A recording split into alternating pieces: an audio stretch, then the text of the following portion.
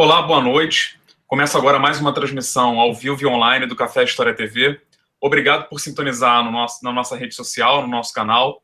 Hoje eu vou conversar com o historiador Carlos Fico, professor do Departamento de História da Universidade Federal do Rio de Janeiro e já um usual colaborador do Café História. Dessa vez o nosso papo vai girar em torno da história recente do Brasil. O professor Carlos Fico acabou de lançar pela editora Contexto o livro História do Brasil Contemporâneo, da morte de Vargas aos dias atuais. É esse livro aqui. Fico, boa noite, seja muito bem-vindo. Que expectativas você tem para esse nosso papo de fim de ano, se a gente pode chamar assim? Boa noite, Bruno. Prazer estar de volta aqui com vocês. Eu gosto muito do Café História, acho uma rede incrível aí para a nossa área. E as minhas expectativas não são muito boas, como de resto, quase de todos os brasileiros, em relação ao país, infelizmente. Mas em relação ao nosso debate, acho que pode ser interessante, porque esse livro só fala disso, de crise. Com certeza. É o momento ideal mesmo para a gente discutir o tema. Antes de nós começarmos, eu gostaria só de dar alguns recados rápidos para quem está assistindo a gente. O primeiro é que essa transmissão vai durar aproximadamente 1 hora. Né? Depois de finalizado, o vídeo vai estar disponível na íntegra no nosso canal YouTube. Para quem ainda não conhece o nosso canal, basta jogar aí no seu navegador youtube.com/Café História TV. Né? Essa transmissão está sendo... Enfim, ela está acontecendo num canal particular, mas depois vai migrar para o nosso canal institucional do Café História. 3, você pode fazer perguntas já para o professor Fico, basta usar o formulário que está localizado na página principal do Café História, logo abaixo da janela desse vídeo. O endereço do Café História, para quem não conhece, é caféhistoria.ning.com.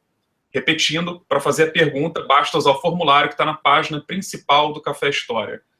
Se por algum motivo técnico nossa transmissão cair, basta esperar um minutinho e clicar em play no vídeo novamente, que a gente certamente vai voltar. Isso não é comum, mas quando nós estamos ao vivo, enfim, tudo pode acontecer.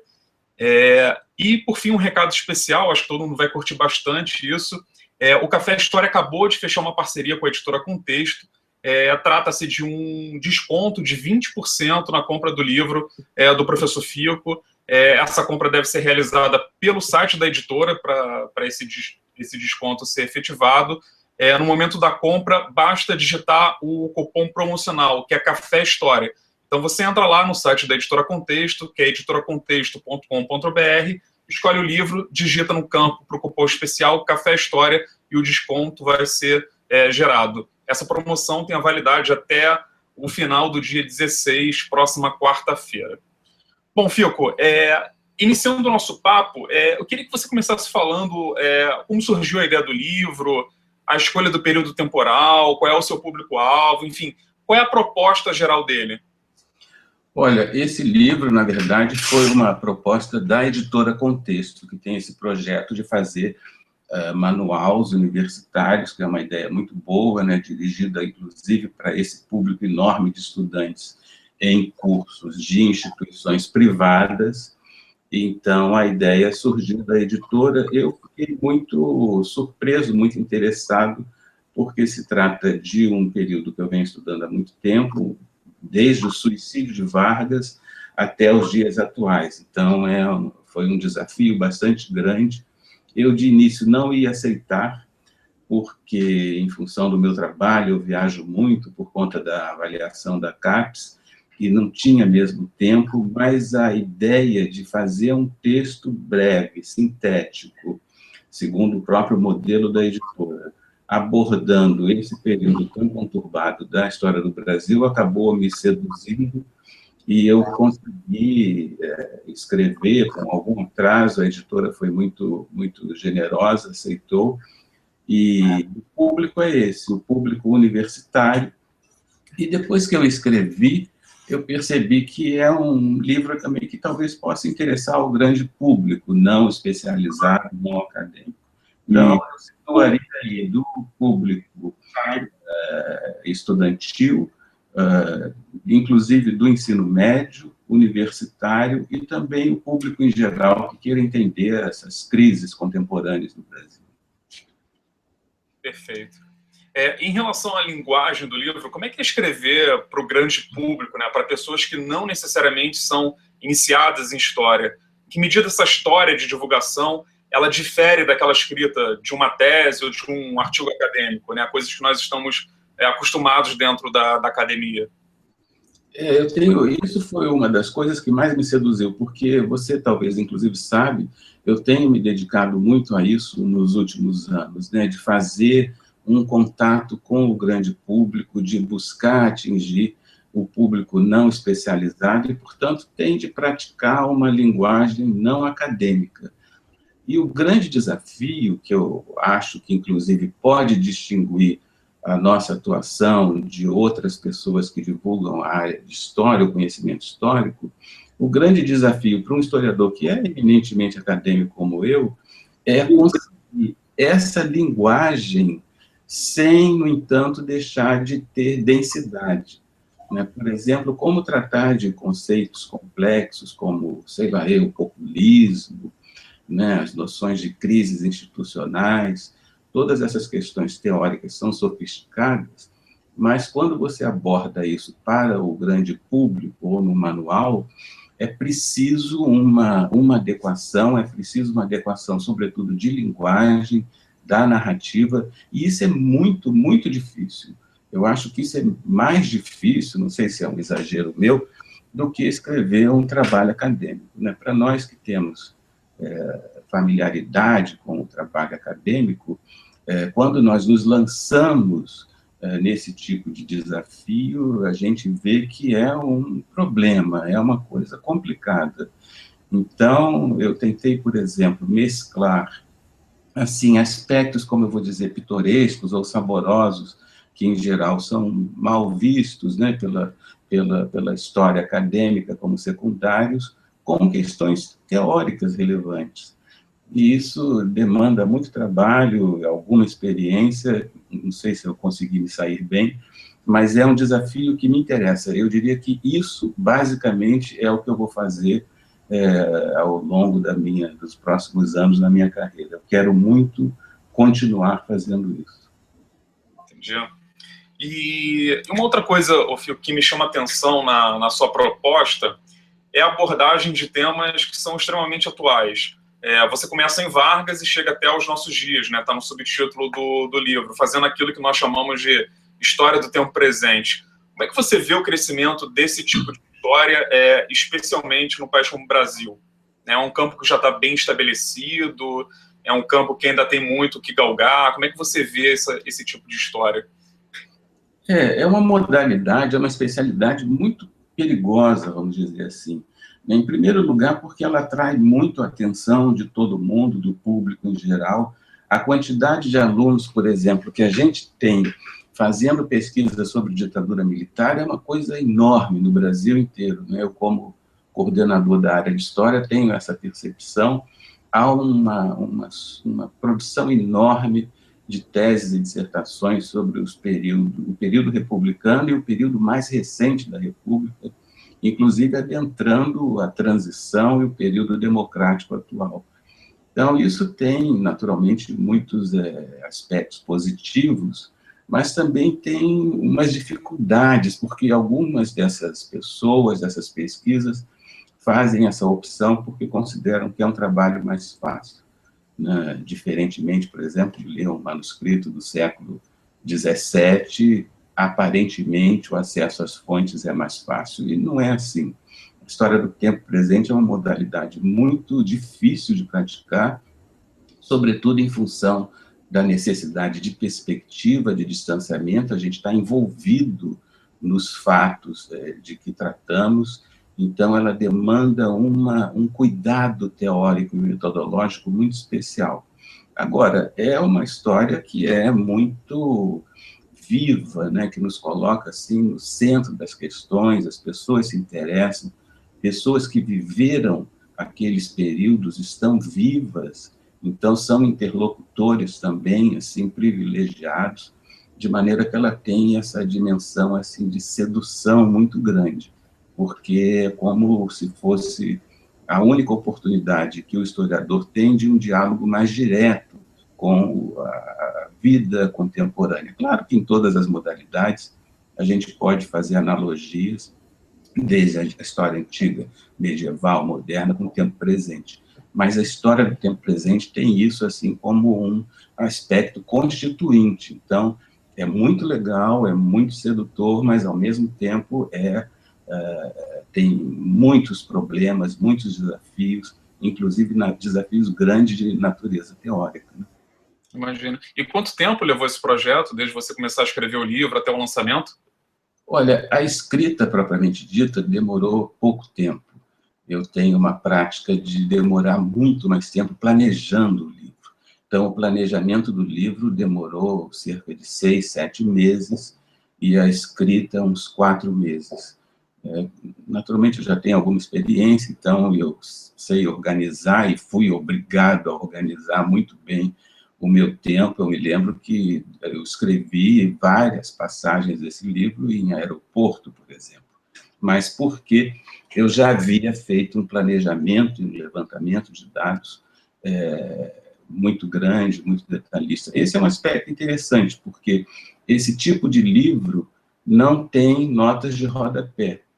Sim. E outro dia, uma das primeiras pessoas que leu me perguntou assim, mas, vem cá, você está fantasiando, está romanceando algumas passagens? Eu falei, não, isso aí tudo aconteceu mesmo, as coisas são novelescas, porque, enfim, a história do Brasil tem momentos, assim, muito grotescos mesmo, né? Então, essa é uma questão também, né? Como é que a gente consegue sustentar uma narrativa que tende a ser objetiva, sem aquele tradicional aparato das notas de rodapé. Então, foi muito legal escrever isso. E você termina, não sei se estou enganado, você termina o livro O Corte a 2007, é isso? Eu vou até o governo Lula. A ideia original era irmos até o governo da Dilma, mas é uma coisa tão recente, tão problemática, tão cheia de controvérsias, que a gente resolveu parar no governo Lula, né? Se no futuro for o caso, a gente volta e dá uma atualizada, mas para não ficar muito assim ao sabor dos acontecimentos imediatos, nós interrompemos, finalizamos no governo Lula. Era até isso que eu ia te perguntar também a respeito, assim, que diferença você sentiu quando você estava abordando, por exemplo, o governo Jango, ou ainda o golpe, em relação a esses governos mais recentes, né? Seja Collor, seja Lula, né? Você sentiu alguma dificuldade em termos, por exemplo, de acesso a fontes, ou mesmo de tentar fazer uma síntese desse tempo mais recente, que a gente muitas das vezes vê como um tempo, uma temporalidade mais inchada de acontecimentos, né? Esse é o problema.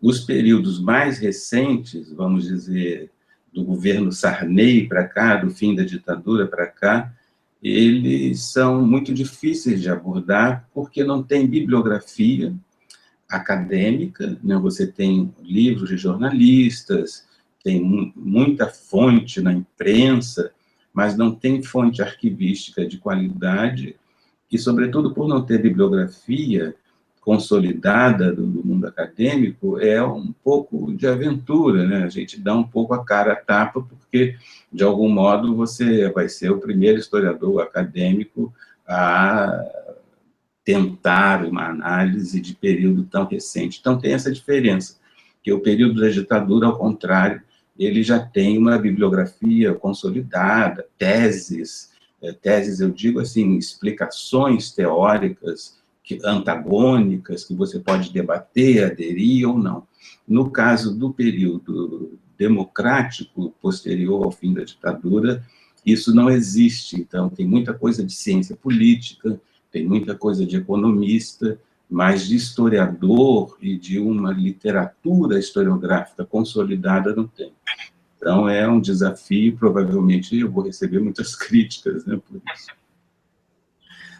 Eu tenho só mais uma pergunta antes de passar para a pergunta dos colegas aqui. Eu estou vendo aqui que a gente já tem 33 perguntas, né, de colegas que estão assistindo a gente.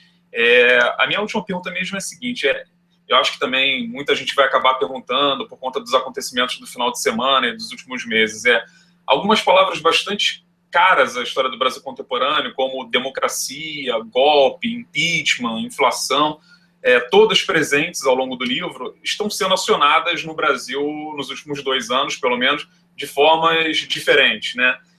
Tendo em vista esse nosso passado recente, esse passado que você está explorando nesse livro, como é que a gente pode entender um pouco essa crise institucional, se a gente pode colocar assim, que o país vive hoje?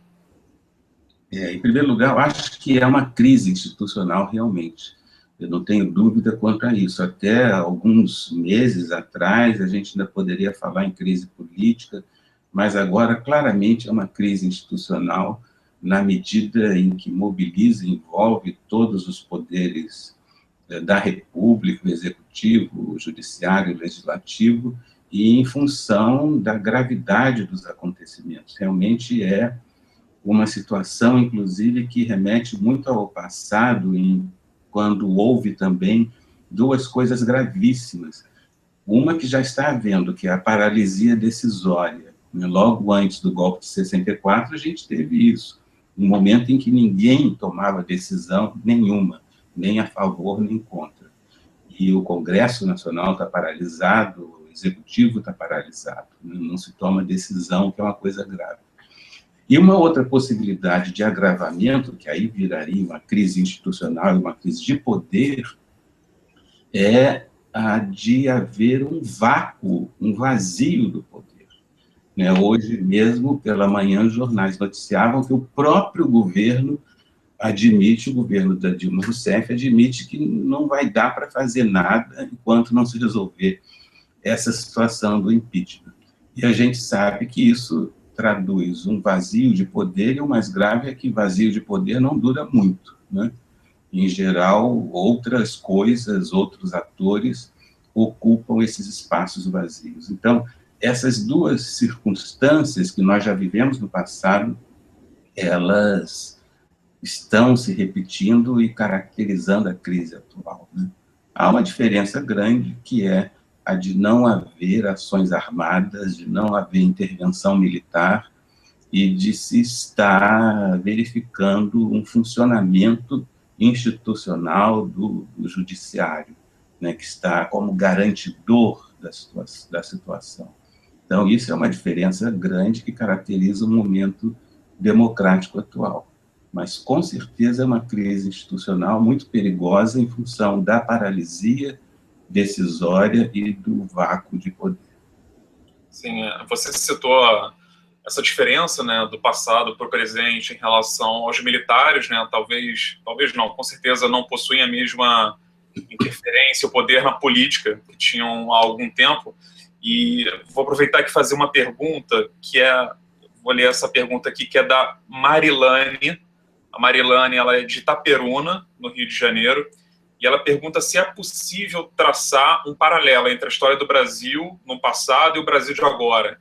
E acho que a Marilane quer saber, então, assim, quais são as semelhanças, né, entre essa crise institucional que a gente vive agora e essas outras crises institucionais que a gente observou no Brasil do século passado. Uhum. Marília, há essas coincidências, né? Se trata de uma crise do poder, uma contestação grave da sociedade e de setores da sociedade contra quem está no poder. Há também esses aspectos que eu mencionei de paralisia decisória. Isso aconteceu em vários momentos do passado, em que, diante da gravidade da situação, não se decide. Por exemplo, nós não aprovamos ainda o orçamento, né? Nós temos uma série de medidas de ajuste fiscal que não foram tomadas. Questões fundamentais, como a reforma da Previdência, não são discutidas. Então, essa paralisia decisória é grave hoje e já houve no passado, em vários momentos, inclusive imediatamente antes do golpe de 64. Também o vazio de poder, que é uma situação muito grave, ou seja, quando quem está no poder não reúne condições políticas de implementar decisões. Isso também já aconteceu no passado. A fragilidade, por exemplo, eu me lembro da fragilidade com que o governo Collor ficou depois das acusações de corrupção. Foi necessário que alguns ministros, que na época foram chamados de ministros éticos, eles quase que se tornaram um colegiado que dirigia o país. Então, ali era uma situação de vazio de poder que levou ao impeachment do Collor. A diferença grande, como eu já mencionei, é que hoje, bem ou mal, nós vivemos uma democracia que até pouco tempo atrás todos garantíamos que estava consolidada, e eu ainda acho que está consolidada, porque, de fato, coisas que aconteceram no passado, como intervenções militares, ações armadas de setores diversos e iniciativas completamente ilegais, inconstitucionais, isso que aconteceu desde os anos 30, 40, 50, durante o golpe, etc., isso não está acontecendo agora. Então, a grande diferença é que toda essa crise ela está, hoje em dia, sendo conduzida dentro dos parâmetros constitucionais. Sim. Bom, gostaria só de lembrar mais uma vez para quem está assistindo a gente, essa transmissão é ao vivo, online. Para fazer perguntas, basta acessar a página principal do Café História, que é o cafehistoria.ning.com. Lá tem um formulário, basta você preencher rapidamente esse formulário e a gente vai tentar aqui, na medida do possível, fazer todas essas perguntas. Eu tenho uma pergunta aqui, Fico, que está vindo da região metropolitana de Santiago, no Chile. Ela foi feita pelo Rafael Arriaça, e o Rafael ele pergunta qual é o papel ou a importância da reforma agrária proposta por João Goulart na história do Brasil contemporâneo.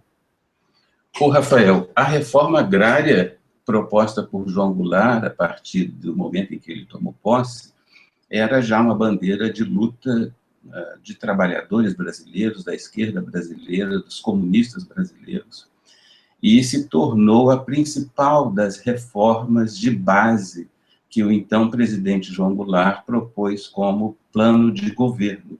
Ele supunha a necessidade de fazer uma série de reformas bancária, reforma universitária, reforma habitacional, que a principal delas, a que mais gerou polêmica no Brasil, foi a reforma agrária. Havia movimentos no campo, no Brasil, naquela época, o mais famoso, das ligas camponesas, que eram bastante radicais, mas havia também outras propostas nem tão radicais de reforma agrária, inclusive com o pagamento de indenizações a proprietários de terra.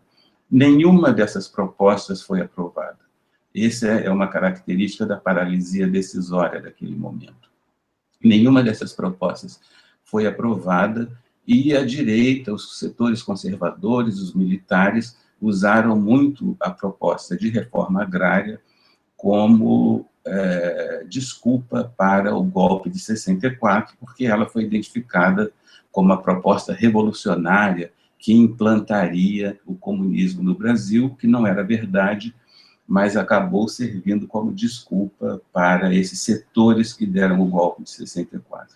Então, a reforma agrária era a grande bandeira da esquerda naquele momento e foi usada como motivação para os setores golpistas. Uhum.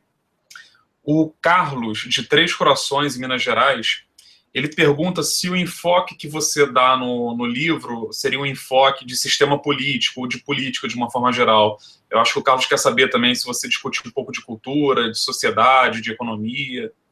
Não, eu não discuto, Carlos. Essa é uma limitação do livro, porque esses livros eles têm um número específico de caracteres que eu não poderia ultrapassar. Então, em vez de eu fazer uma análise superficial de uma porção de coisas, eu procurei centrar fogo em dois aspectos principais. A questão política mesmo, institucional, a sucessão de crises políticas e os problemas econômicos, né, que são também uma tradição, né, de problemas que nós tivemos desde o fim da Segunda Guerra Mundial, muito graves. E, veja, é muito chato, né, esse assunto. Eu, pessoalmente, acho chatíssimo a discussão sobre economia. Então, isso foi um desafio tremendo.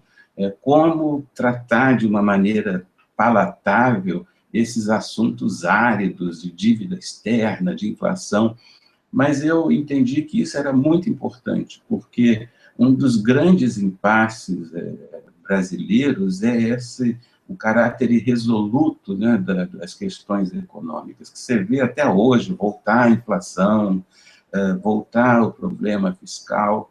Então, tudo isso eu tentei mesclar as questões políticas, que são questões mais movimentadas, né, que chamam mais atenção, inclusive em função das crises, com essa outra dimensão que é econômica. E por isso mesmo, lá pelas tantas do livro, eu remeto o leitor para outros trabalhos que possam complementar com essas questões de natureza cultural, que foram fundamentais, né, na história recente do Brasil, questões relacionadas à arte, entretenimento, à televisão, o papel fundamental da televisão dos anos 50 para cá. Nada disso dá para tratar num manual que necessariamente tem poucas páginas. Né? É verdade. A gente tem agora mais de 150 espectadores, 150 pessoas acompanhando essa nossa transmissão. Dou as boas-vindas a todos, obrigado pela audiência. Eu vou ler mais uma pergunta aqui, ela foi feita pelo Leandro Lopes. O Leandro, ele mora em Blumenau, Santa Catarina, e ele pergunta: professor, qual a sua visão sobre o panorama atual do ensino da ditadura militar no ensino básico? Leandro, é uma coisa complicada, né? Porque você vê que nós não temos muitos livros didáticos e paradidáticos que sejam acessíveis. Né? Então, esse é um aspecto, né? Um aspecto que é um tema realmente recente e não tem material assim, pronto, de boa qualidade, pelo menos em grande quantidade. Há exceções, há livros didáticos excelentes, mas nem todos acessíveis. Esse é um ponto, né? E é natural, até porque os temas mais recentes, eles demandam, né, algum... Seria bom se outros historiadores, né, qualificados fizessem trabalhos voltados para o ensino fundamental. Eu me disponho a fazer isso porque eu acho que é uma tarefa fundamental a da gente conectar mais a historiografia acadêmica com o universo da educação básica e do público em geral, mas, sobretudo, da educação básica. Então, esse é um aspecto. O outro aspecto é o seguinte: a história da ditadura militar, por ter sido o que foi, envolver todo o confronto entre esquerda e direita, repressão, tortura, assassinato, ela naturalmente, quase que naturalmente, dá margem a leituras um pouco fantasiosas, vamos dizer assim, como se de um lado houvesse bandidos e do outro lado houvesse mocinhos. Então, pouca gente fala, por exemplo, do apoio dos setores da sociedade ao golpe de 64, do apoio de setores da sociedade à repressão. É como se os militares fossem os bandidos de um lado e nós, os democratas bonzinhos do outro. Então, esse é um exemplo de visão romântica, né, que é difícil de enfrentar, até pela historiografia acadêmica. Né? Então, trabalhar esse tipo de tema polêmico na educação básica requer uma sustentação teórica, historiográfica para os nossos professores da educação básica e material didático de boa qualidade, que não seja apenas essas leituras heróicas de que todo mundo era democrata. Então, problematizar essas questões na educação básica, eu acho que é uma das questões fundamentais em relação ao ensino da ditadura militar. Bacana. O Moisés, de Duartina, São Paulo, o Moisés está falando sobre historiografia e ele pergunta se você, Fico, na pesquisa para o livro, leu os livros recentes do Marco Antônio Villa sobre o período do regime militar e se leu, qual a sua opinião sobre esses livros? Eu conheço todos os trabalhos do Villa. Eu trabalhei com o Marco Antônio Villa na Federal de Ouro Preto de 1985 a 90 e pouco, se eu não me engano. Ele é um pesquisador empírico incrível, com uma capacidade, uma memória e uma habilidade para pesquisa arquivística muito grande. Mas eu tenho muitas discordâncias em relação ao Marco Antônio Villa, no que diz respeito a uma série de interpretações, inclusive a própria periodização da ditadura militar. Ele supõe que a ditadura mesmo só começou em 68 e não me parece que seja assim. Enfim, tem a leitura, por exemplo, que ele faz do João Goulart me parece exageradamente crítica, né, em alguns momentos até pejorativa, então também não concordo com essa leitura. Enfim, eu tenho algumas discordâncias em relação ao Marco Antônio Villa, não obstante ele seja um pesquisador muito capacitado, né? Claro que as interpretações dele como polemista de televisão me parecem também passíveis de muitas críticas, eu não compartilho delas, mas é claro que eu li todos os trabalhos dele, acompanho a produção dele, sobretudo essas que dizem respeito a meus temas de pesquisa como ditadura militar. Uhum. Eu estou vendo aqui que tem muita gente, enfim, curioso sobre a sua visão em relação ao ensino da história, né? Tem uma pergunta aqui, ela se repete também em várias outras. Ela foi feita pela Vanessa, ela é de Colombo, no Paraná, e ela pergunta: qual a sua visão a respeito do rótulo que colocaram nos professores, principalmente de história, filosofia, de doutrinadores de esquerda, bem como os livros didáticos também? É um exagero completo, né? Um equívoco que haja esse tipo de acusação. Realmente não creio que haja fundamento para isso. Até porque essa é uma visão um pouco, digamos, pejorativa em relação às crianças e adolescentes, né? Como se elas fossem assim um material inerte que qualquer um pudesse chegar e fazer a cabeça das pessoas. Isso é uma visão completamente equivocada de quem não conhece o ensino de adolescentes e de crianças. A gente sabe que são pessoas que têm iniciativas e capacidade crítica muito grande. Então, atribuir um poder a qualquer professor que nenhum professor jamais tem ou terá.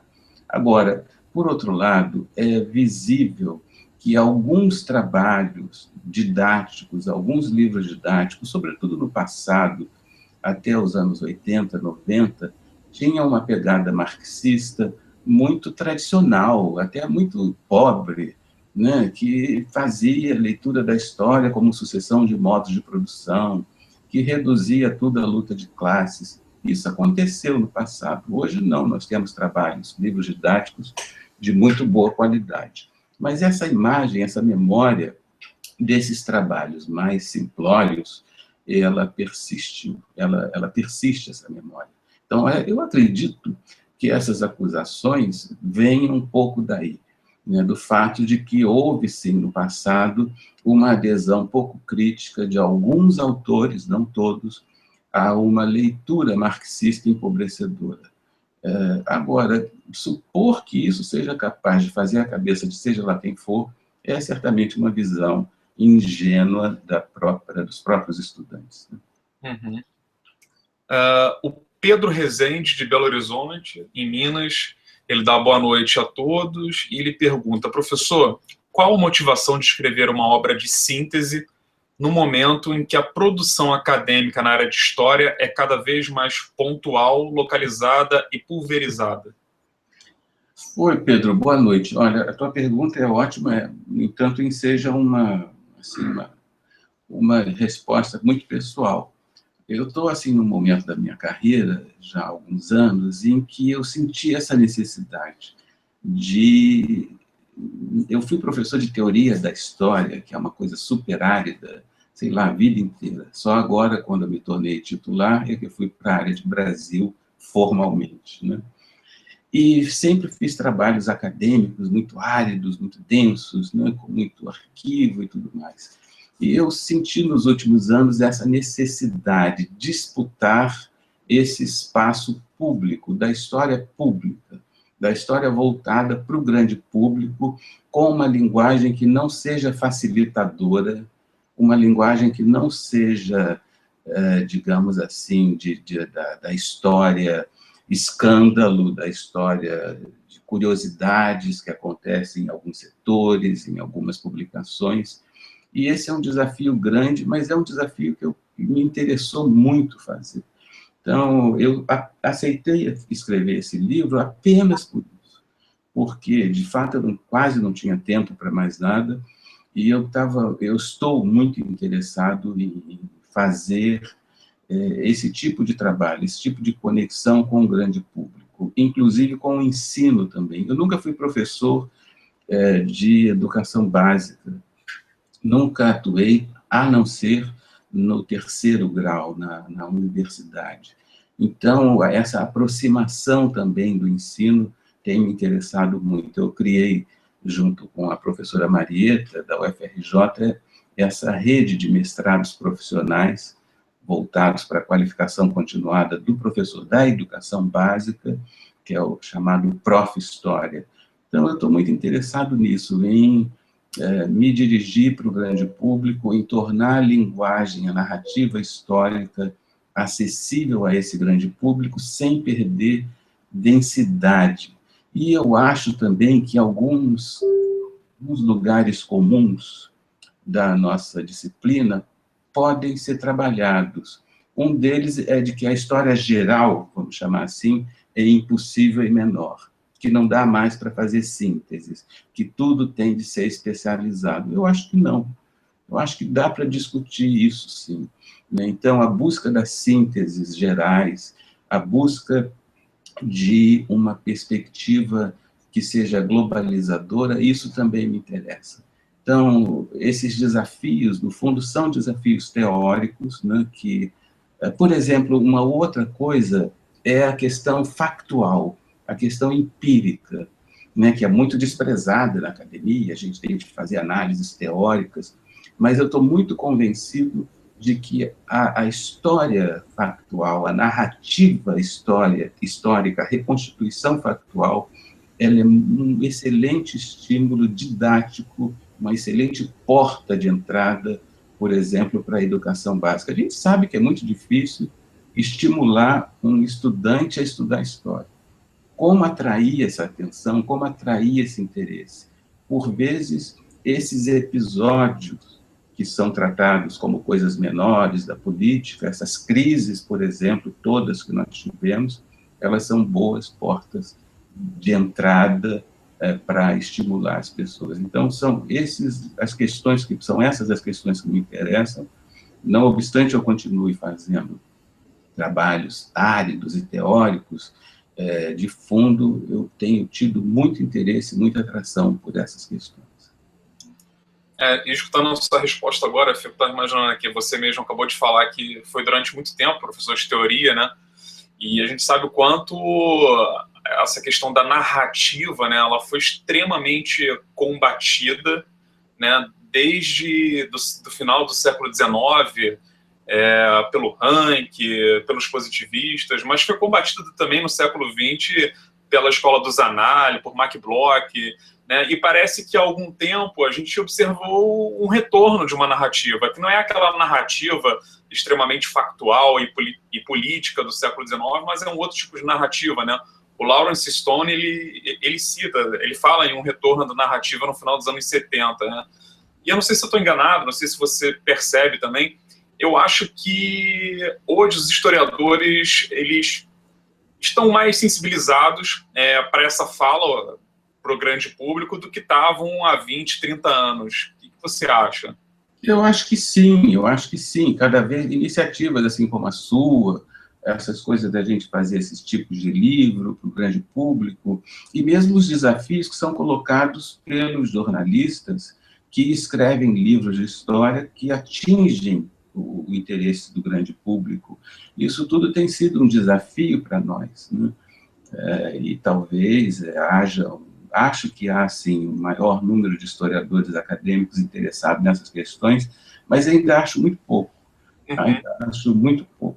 Né? E esse é um aspecto. A questão da história, da narrativa, ela tem uma capacidade de mobilizar questões teóricas, né? Questões analíticas. Se você sabe trabalhar, você pode associar a exposição propriamente narrativa, factual, com aspectos teóricos e analíticos que, naturalmente, se pode engendrar a partir daí.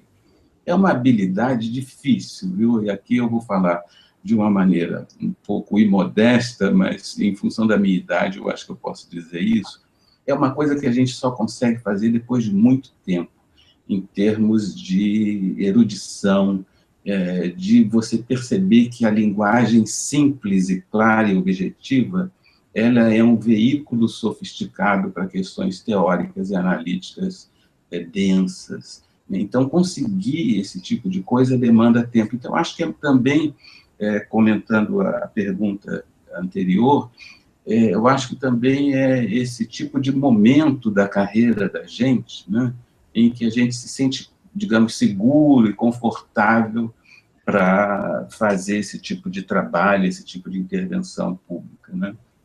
Eu estou muito, muito interessado em tudo isso.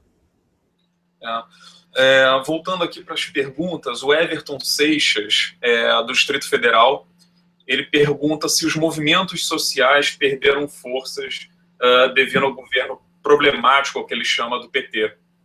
Se os movimentos sociais perderam força? Isso. Não, eu acho que não. O que tem havido é uma reconfiguração desses movimentos sociais. Antes, a gente havia quase que uma monopolização de tais movimentos sociais pelo Partido dos Trabalhadores. É uma das críticas que, inclusive, vários petistas faziam lá atrás ao PT, era essa arrogância de se colocar como porta-voz dos movimentos sociais. Isso se diluiu com o tempo, isso se diluiu com as crises sucessivas, e hoje a gente tem claramente uma reconfiguração desse espaço, né, da mobilização social, até em função de uma série de características contemporâneas, as redes sociais, mas também pela descrença que as pessoas têm nos políticos, nos partidos brasileiros em geral, na esquerda em particular, e essa insatisfação tem se tornado motor ou mola de manifestações que acabam tendo uma dimensão quase que de rebelião popular. Estou me referindo àquelas manifestações de 2013 que tiveram essa característica, né? Uma característica quase que de rebelião popular, de explosão de insatisfação. Eu me lembro de muita gente nos telejornais falando assim, mas tem essa violência, tem essa explosão de violência que acaba maculando as manifestações. Ora, a questão da violência, ela é o traço marcante dessas revoltas populares, dessas rebeliões populares, que inclusive já aconteceram no passado no Brasil. Então, eu acho que a gente tem vivido uma reconfiguração grande disso, e eu noto, inclusive, vendo nas redes sociais, que há até mesmo uma espécie de aprendizado, né? Setores que outrora não participavam dessas manifestações e hoje participam, sobretudo setores mais conservadores ou de direita, se quisermos chamar assim, claramente eles estão aprendendo até a se portar no espaço público dessas manifestações. Então, muita gente me pergunta, mas você não acha preocupante que haja essas manifestações, por exemplo, pedindo golpe militar, essas coisas mais ridículas assim? Eu não acho, não. Acho que é bom que essas pessoas ponham assim, as suas posições em público, e porque fatalmente elas vão aprender a se manifestar, inclusive, politicamente, né?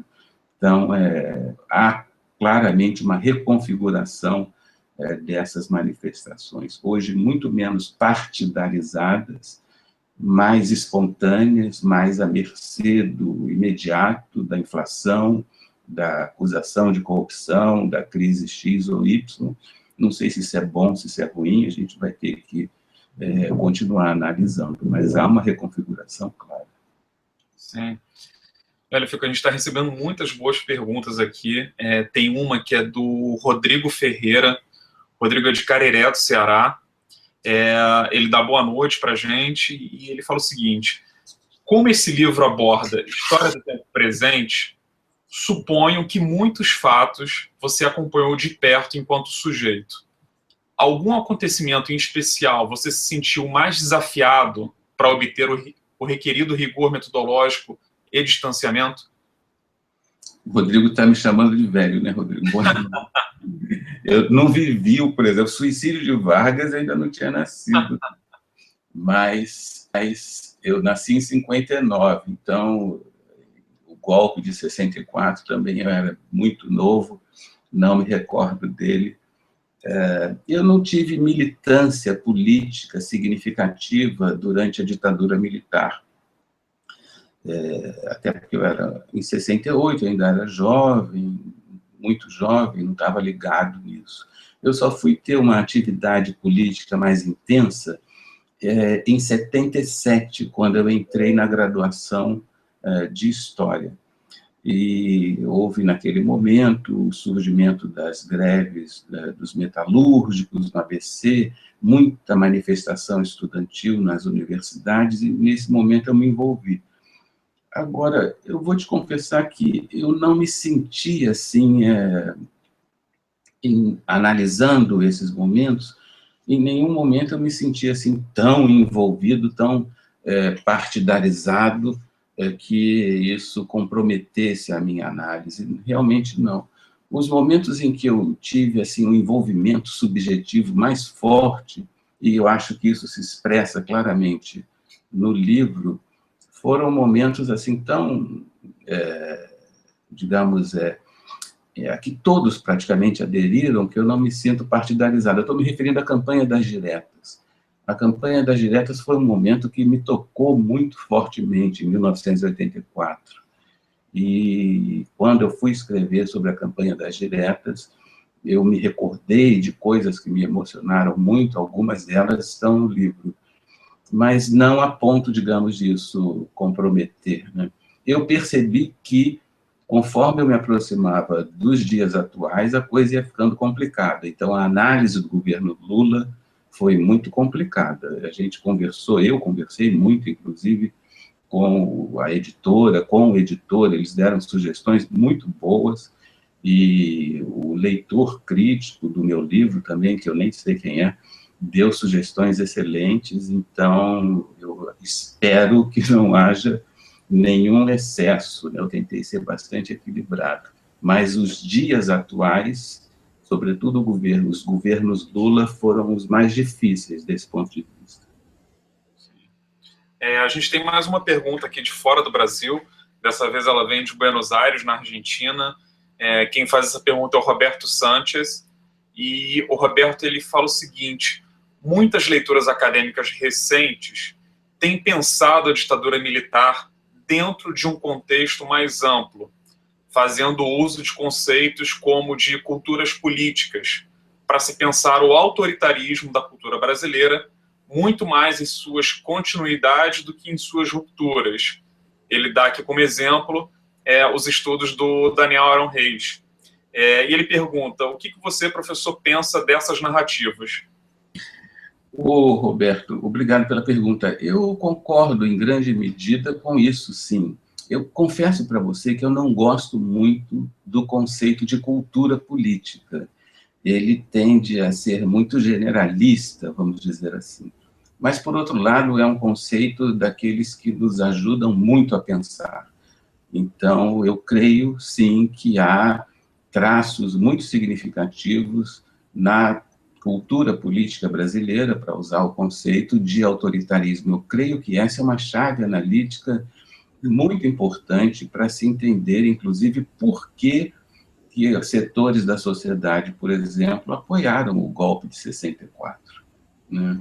Assim como no caso da Argentina, para aproveitar a sua pergunta, a gente tem também, no caso da história recente da Argentina, talvez como um traço marcante da cultura política, pelo menos desde o Cordobaço, em 69, a questão da violência, né? Então, a violência como, digamos, um elemento legítimo da disputa política. Então, eu estou de acordo, em grande medida, com as leituras do Daniel Arão Reis, e incorporo muito essas características, vamos dizer assim, muito gerais, que marcam a história política dos nossos países. Certamente, no Brasil, o problema do autoritarismo, assim como no caso da Argentina, a questão da violência. Tá certo. Eu lembro, a gente já está chegando a 1 hora de vídeo, né? Esse vídeo, excepcionalmente hoje, ele está sendo feito através do meu perfil, que é um perfil pessoal, mas logo depois que essa transmissão terminar, o nosso vídeo vai estar automaticamente, quer dizer, tem um intervalinho de 10, 15 minutos, esse vídeo vai estar disponibilizado na íntegra no canal do Café História no YouTube, que é o Café História TV. Basta acessar youtube.com/Café História TV, você se inscreve no canal e fica sabendo as nossas novidades. Estou vendo aqui, a gente já tem 63 perguntas.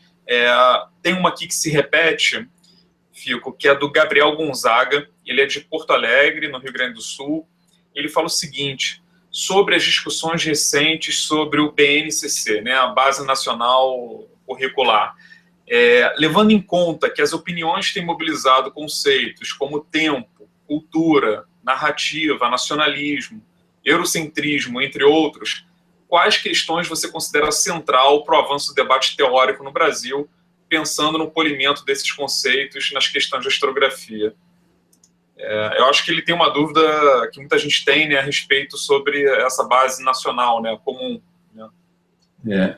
Eu li a proposta da Base Nacional, até fiz um texto, eu divulguei, se não me engano, no próprio Facebook. Eu acho que muito difícil realizar essa missão, né, a missão de estabelecer uma base nacional curricular comum. Às vezes os legisladores criam demandas, né?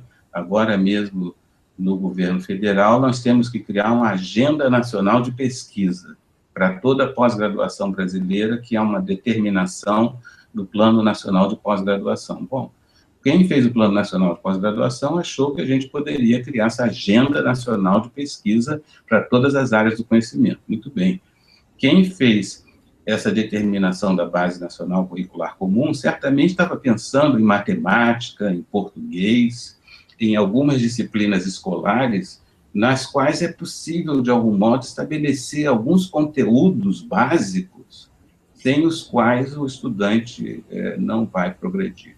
Agora, no caso de disciplinas críticas e complexas, como a história, é muito difícil estabelecer isso.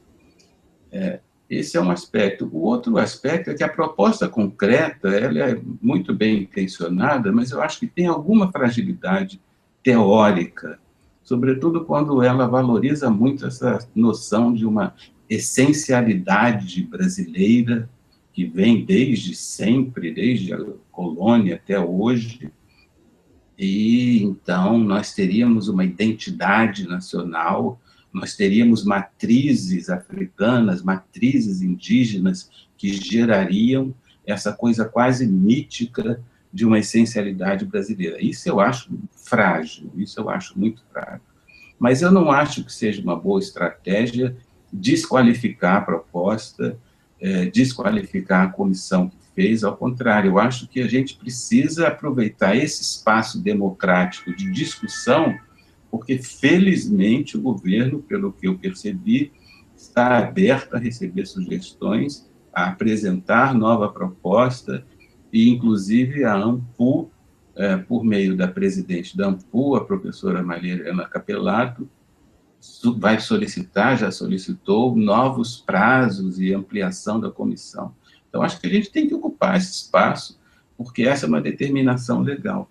Mas a gente tem que incorporar ali mais experiência, mais inteligência, mais contemporaneidade do conhecimento histórico, que não pode ficar prisioneiro, por exemplo, noções de ciclos econômicos, usar conceitos controversos como populismo, né? E, sobretudo, também desvalorizando a história moderna, a história europeia. Não é porque eu vou falar da história europeia que eu vou ser eurocentrista, né? Então, tudo isso eu acho que pode ser aprimorado, muito embora, se alguém me perguntasse antes da lei se eu era a favor de uma base nacional curricular comum para a história, eu teria muitas dúvidas em dizer que sim.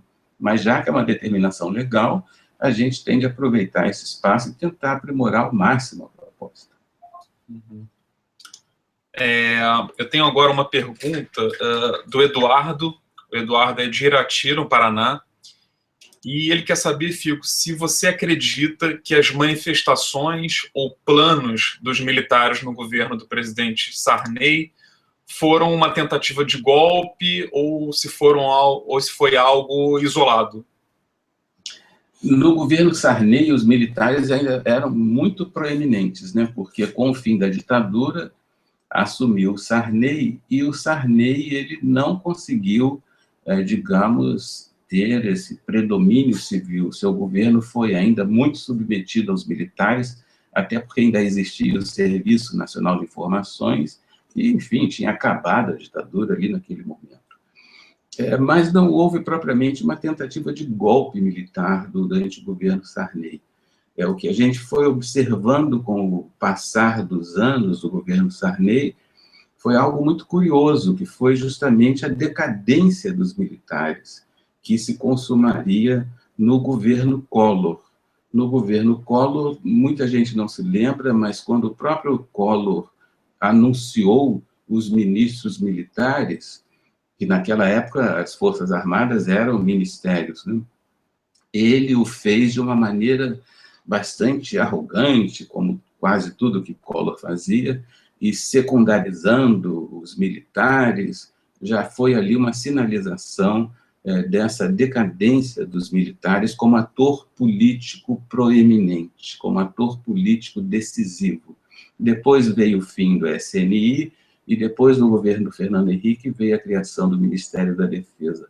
De modo que é muito interessante, é uma questão analítica muito importante a gente notar que hoje em dia, por exemplo, no meio de todo esse caos que nós estamos vivendo, os militares não têm nada a dizer, e felizmente não têm nada a dizer, e devem continuar assim mesmo, sem dizer nada, porque não lhes compete a solução de problemas políticos, como, infelizmente, no passado eles fizeram. Então, esse momento do governo Sarney é um momento muito interessante, porque realmente é aí que os militares começam muito fortes, muito proeminentes, e acabam fragilizados e quase que alheios da cena política.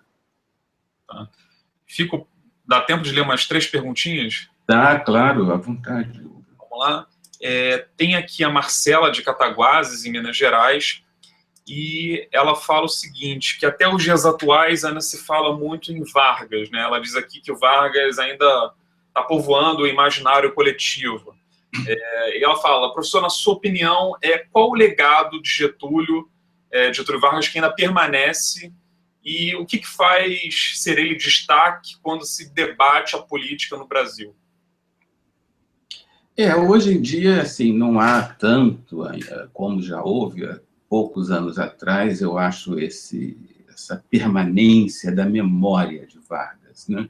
Mas o legado dele persiste, não obstante o Fernando Henrique Cardoso tenha querido sugerir o fim da era Vargas, né, com seus governos.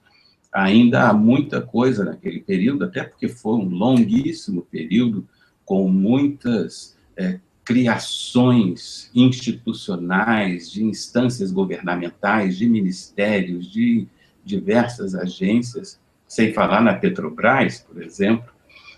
Agora, e a grande questão do trabalhismo, né? Quer dizer, toda a tradição do trabalhismo brasileiro, a configuração dos sindicatos brasileiros, tudo isso ainda persiste no Brasil como legado ou resquícios da era Vargas, né? A memória dele, eu não sei, eu tenho a impressão que hoje em dia ela já não é muito forte, até mesmo em função da diluição que houve com o trabalhismo, né? O PDT, por exemplo, a figura de Leonel Brizola foi o último grande líder trabalhista brasileiro dessa tradição de Vargas, e você vê que depois ele não foi substituído por ninguém, até mesmo em função da importância que o PT adquiriu. Mas, independentemente dessa memória, o legado da era Vargas ainda está aí hoje, sobretudo na estrutura sindical e uma série de criações institucionais que persistem até hoje. Uhum. Deixa eu ver aqui, pegar mais uma aqui. entre as últimas... sim, tem uma aqui que é bem legal aqui. Deixa eu ver quem é que mandou. Foi o Ricardo Amaral, aqui mesmo do Rio de Janeiro, de onde nós falamos. E ele está perguntando o seguinte: o conceito de populismo, para pensar o período da chamada experiência democrática, tem sido muito criticado na historiografia mais recente, embora ainda seja defendida a sua utilização por alguns historiadores. Você considera esse conceito ainda utilizável para se pensar a história do Brasil contemporâneo? Não, eu nunca considerei esse conceito como adequado, né?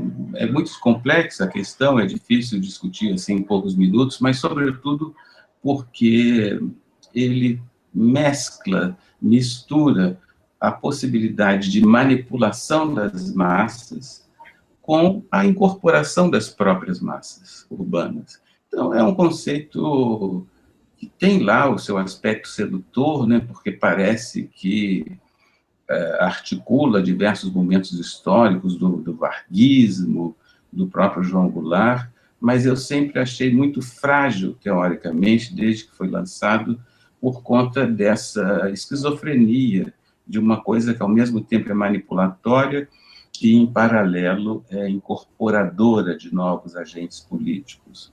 E ele também tem um componente que sempre me desagradou em diversos analistas da história brasileira, que é o de supor que aqui não é tão certo quanto em alguns modelos. A Europa Ocidental, os Estados Unidos, tem partidos consolidados, tem uma estrutura social, política e econômica acabada e certinha. E nós aqui somos precários, incompletos e populistas, né? Esse populismo, então, ele tem a ver com uma certa inadequação política da sociedade. Então, eu nunca gostei disso. E agora, menos ainda, porque, como tudo que é frágil, isso acabou sendo incorporado no senso comum mais rasteiro.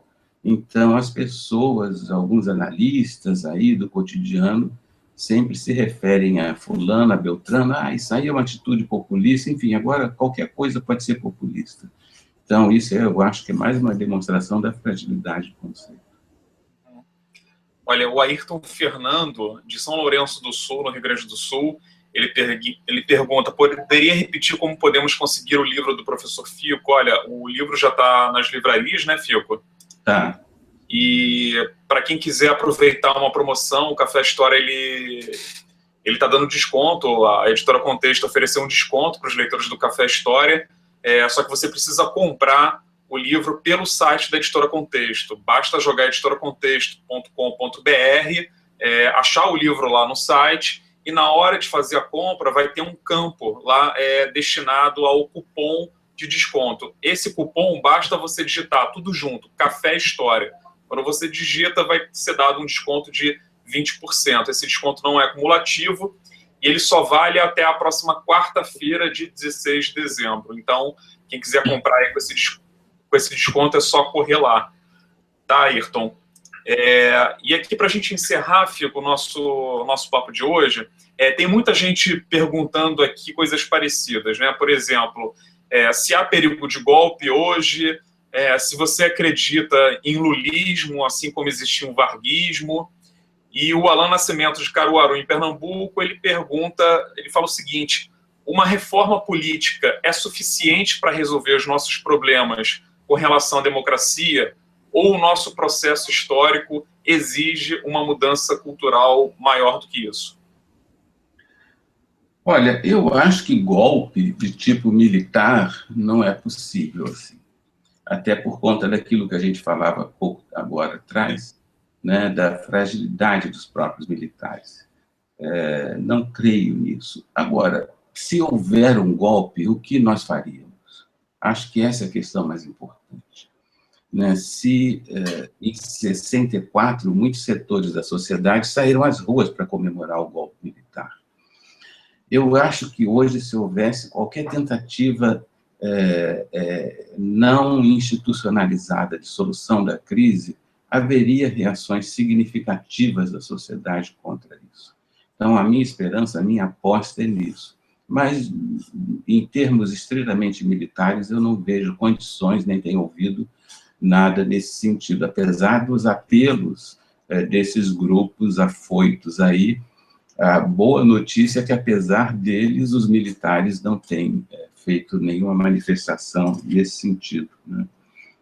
Eu acho que existiu um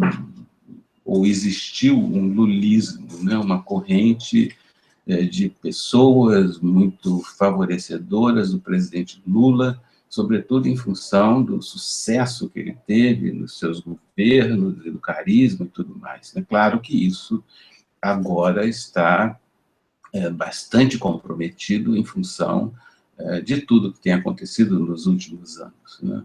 Mas, certamente, o personagem Lula, quando ele chega à presidência da República, assim como a própria Dilma Rousseff, quando chega à presidência da República, teve uma carga simbólica muito grande. Independentemente de nós apoiarmos ou não esses personagens, a chegada do Lula ao poder foi carregada de um simbolismo muito grande por razões óbvias, né? Por se tratar de um trabalhador de baixa escolaridade e tudo isso que a gente já sabe. Então, esse significado é um significado histórico que o situa como, obviamente, uma das grandes lideranças políticas brasileiras, é óbvio, né, o que eu estou dizendo. A reforma política, ela é muito necessária. Ela é muito necessária porque, fazendo esse livro agora, eu pude ver que quando o Tancredo Neves, no fim da ditadura, montou o seu governo, ele não assumiria, né, porque morreu, mas quando ele montou o seu governo, ele fez uma coisa que muitos esquecemos. Ele nomeou ministros das diversas correntes, partidos que compunham, naturalmente, o grande arco de oposição à ditadura. E, naquela época, isso foi chamado pelos analistas como obra de engenharia política, como uma grande habilidade do político mineiro de reunir todo mundo, etc.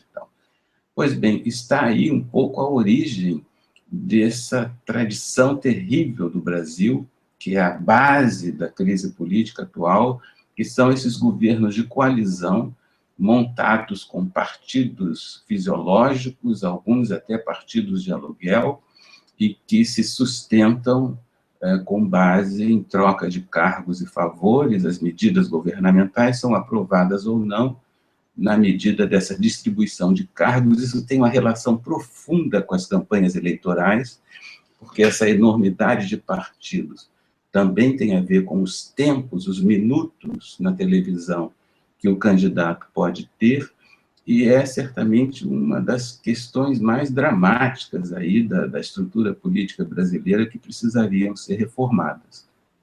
Agora, a questão central é essa que você levanta na pergunta, de quase que uma pedagogia da democracia. Nós tivemos esse período de 45 a 64, que a gente pode chamar de democrático, apesar de todas as loucuras que houve, né, de golpes, de contragolpes, de Aragarça, Jacareacanga, tudo aquilo. Era uma experiência democrática que foi interrompida pela ditadura, e nós tivemos a primeira eleição para presidente da República em 89, pouco tempo atrás. Então, a experimentação da nossa sociedade com a vida democrática, ela é muito recente, precisa ser aprofundada, e num espaço institucional mais aprimorado, que a reforma política pode melhorar. Mas, sobretudo, a própria educação formal e a educação política podem melhorar, né? Essa necessidade urgente que nós temos de viver a democracia e viver a política de uma maneira mais elaborada, mais sofisticada, mais com componentes de cidadania, componentes de percepção pública dos nossos interesses, e não como se fossem meras disputas de espertalhões, né? Isso que a gente vê no Congresso Nacional hoje é dramático, né? Porque aqueles deputados e senadores estão ali fazendo uma disputa de quem é o mais espertalhão, quem é que dá a rasteira, quem é que dá o golpe. Essas pessoas não estão lá por acaso, elas foram eleitas.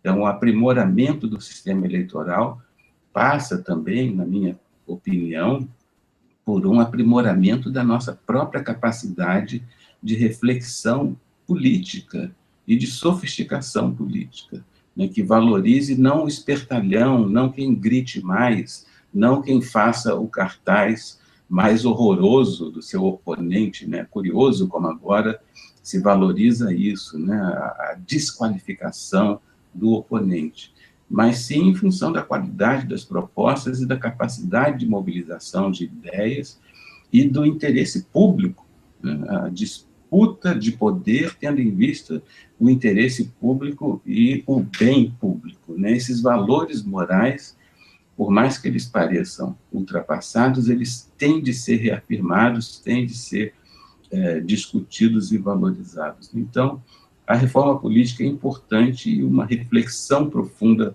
sobre a cidadania, eu também acho. Com certeza, Fico. Democracia é exercício mesmo, né? E Fico, muito obrigado por participar de mais uma videoconferência do Café História. A gente teve aqui sempre 150, 180 espectadores ao vivo acompanhando o nosso papo. Foram mais de 70 perguntas, né? A gente tenta dar conta daquilo que chega, mas, obviamente, a gente não vai conseguir, né, agradar a todos, mas, enfim, está feito aqui o registro. Agradeço a todos que enviaram perguntas, que acompanharam, que divulgaram os posts no Twitter, no Facebook, no próprio Café História. O papo foi muito bom. E Fico, por favor, fica livre para as suas considerações finais. Ô, Bruno, eu só quero agradecer a todos que estão assistindo, aos que fizeram perguntas, a você também. O trabalho aí que você faz é sempre muito legal. E dizer o seguinte, talvez uma síntese disso tudo é o seguinte: esse livro, eu fui voltando a esses episódios todos e essa sucessão de crises, de fragilidades, ela deu uma pegada um pouco pessimista ao livro, né? E, no final, eu fiquei pensando, bom, que diabo de mensagem que eu estou passando aqui, né? Essa de um pessimismo tremendo.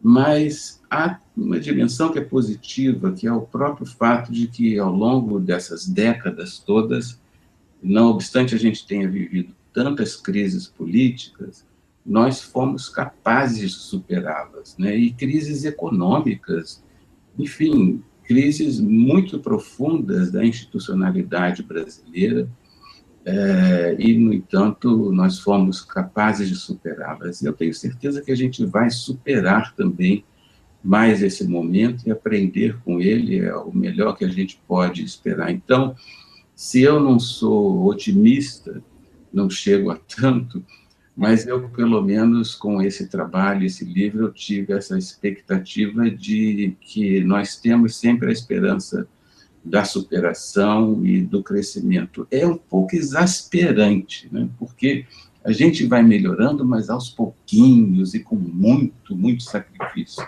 Poderia ser um pouco mais rápido, mas certamente a gente vai conseguir superar esse momento. Ótimo, Fico. Muito obrigado novamente. Olha, então, só para a gente encerrar, o livro do professor Fico é esse aqui que vocês estão vendo. Vocês encontram nas livrarias, na internet. Lembrando, mais uma vez, que a gente tem uma parceria com a Editora Contexto. Comprando através do site, você consegue um desconto de 20%. Basta achar o livro lá no site e preencher o cupom de desconto, que é Café História, tudo junto. Então, final de ano se aproximando, Natal... reuniões de família sempre tem muito debate político, né, Fico? É verdade. Então, se você quiser aí ter alguns argumentos para entrar nesse debate, dar de presente para sua mãe, para o seu pai, para o seu amigo, para sua namorada, é um bom presente. Com o desconto do Café História fica ainda melhor. Eu dou por encerrada mais uma transmissão do Café História. Obrigado a todos por nos assistir essa noite e continue acompanhando a nossa programação. Um abraço e até mais.